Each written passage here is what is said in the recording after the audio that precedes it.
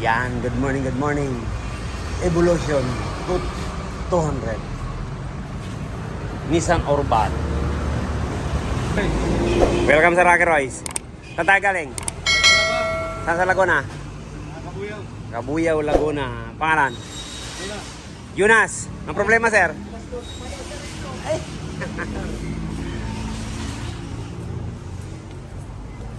May lamig naman, sir. Meron naman. Ayan, check. Automatic. Sige, check natin. Lagyan natin ang gauge, Noy. Nagagawa lang din yan. Ganun ba? Oo, bago kompreso. Hindi nagtagal din ang condenser yan. Oo. Ay, ayaw mag-automatic. Ganun. Kaya 10 buwan pa lang. Sige, check natin. Na-convert na rin pala. Kaya lang ayaw daw mag-automatic. Ayan. Kaya lang, bakit ayaw mag-automatic?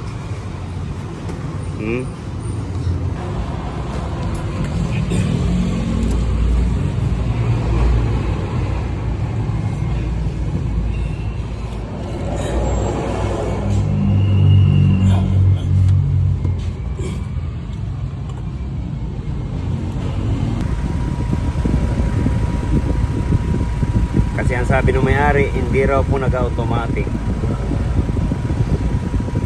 Para makita natin kung ilan. Bago compressor, naglagay na pa rin po ng bagong condenser sa likod. Check natin kung ilan. Dapat ganito, mabilis bumaba to. Yung 15 sa loob ng 1 minuto.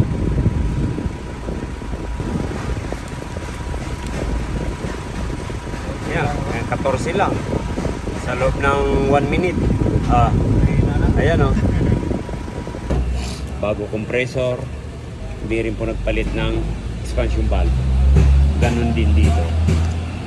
Kaya mahina po ang lamig. Ito po yung sa likod. Evaporator ng likod. Papalitan po natin to. Ayan. Mapula pa mga karakares. Yung mga nauna, maitim. Tapos yung kalawang.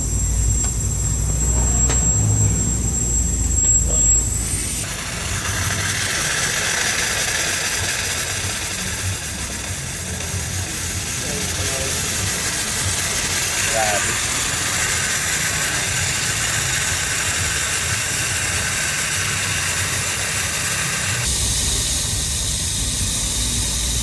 Yan, Nissan Urban, na-convert na.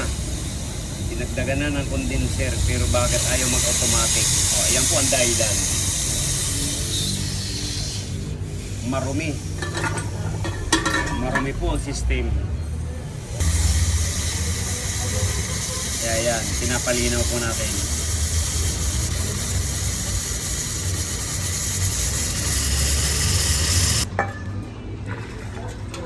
Dasag mo yun dun. Alis mo yun. Yeah. Isang subi lang. Isang lata, isang subi.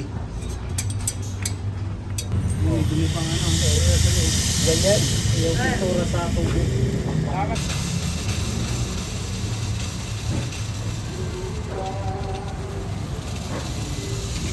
Grabe.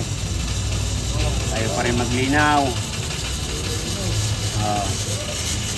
Mga karakiroys, ito lahat yung pinagplasingan. Ito yung una. Ito yung huli. Yan, luminaw din. Pero napakarami. Yan, 10 lata. Naubos natin. Bago napalinaw po natin yan. Kaya pag magaganyan hanggang hindi po lumilinaw, hindi po natin titigilan yan. Yan. Condenser po yan. Iba pa po yung sa evaporator. Grabe. Kasi ang issue po nito hindi nag-automatic. Yan, ito na po yung expansion. Inalitan na natin ng bago. Kaya isa pa po yan sa hindi nag-automatic. Pag nagpalit po tayo ng compressor, palit tayo ng dryer, pati expansion valve. Para sigurado tayo. Ayan. Ito naman po yung sa ulian. Ditong Urban, yun. Pinalitan na rin natin ng bago. Oh, kasi puro hindi po nagpalit ng bago. Compressor lang po pinalitan, pati dryer, pero hindi rin nag-flushing.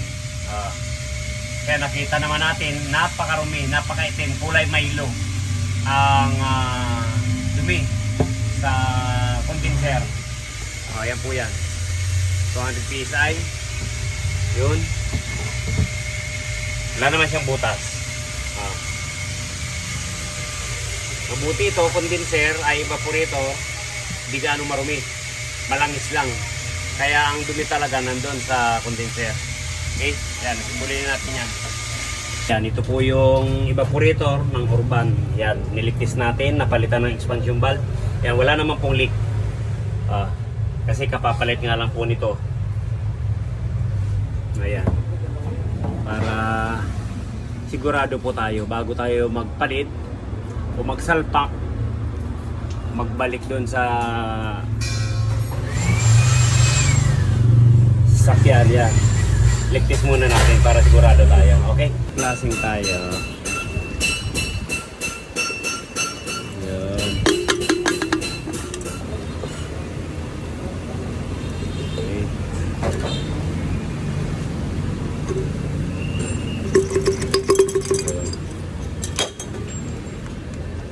Yan. Sirbahan natin. Nililipad yung plastic.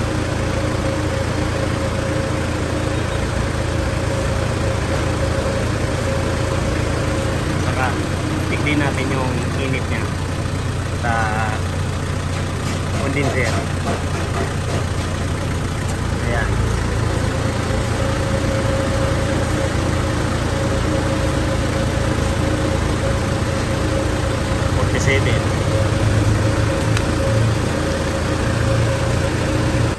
Yan, check na natin ang lamig.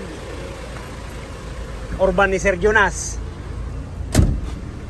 Kanina ang lamig nito 14. Umaga pa yon. Ngayon check natin kung ilan.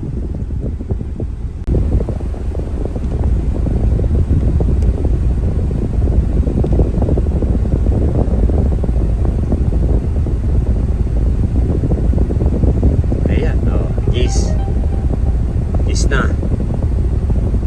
laki na ng nilamig sir. Maybe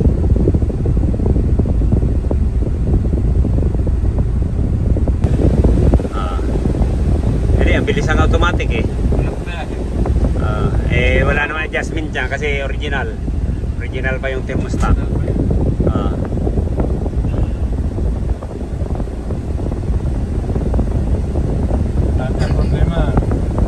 Automatic. Maya automatic, pero kalahati ng inano niya eh, ang binaba, di ba? 14 kanina, o ngayon 7. Yan. Kahit hindi mag-negative, at least nag-automatic. Hindi talaga mag-negative yan. Automatic. Ayan, 6 pa. Bababa pa yan. Solve ng problema.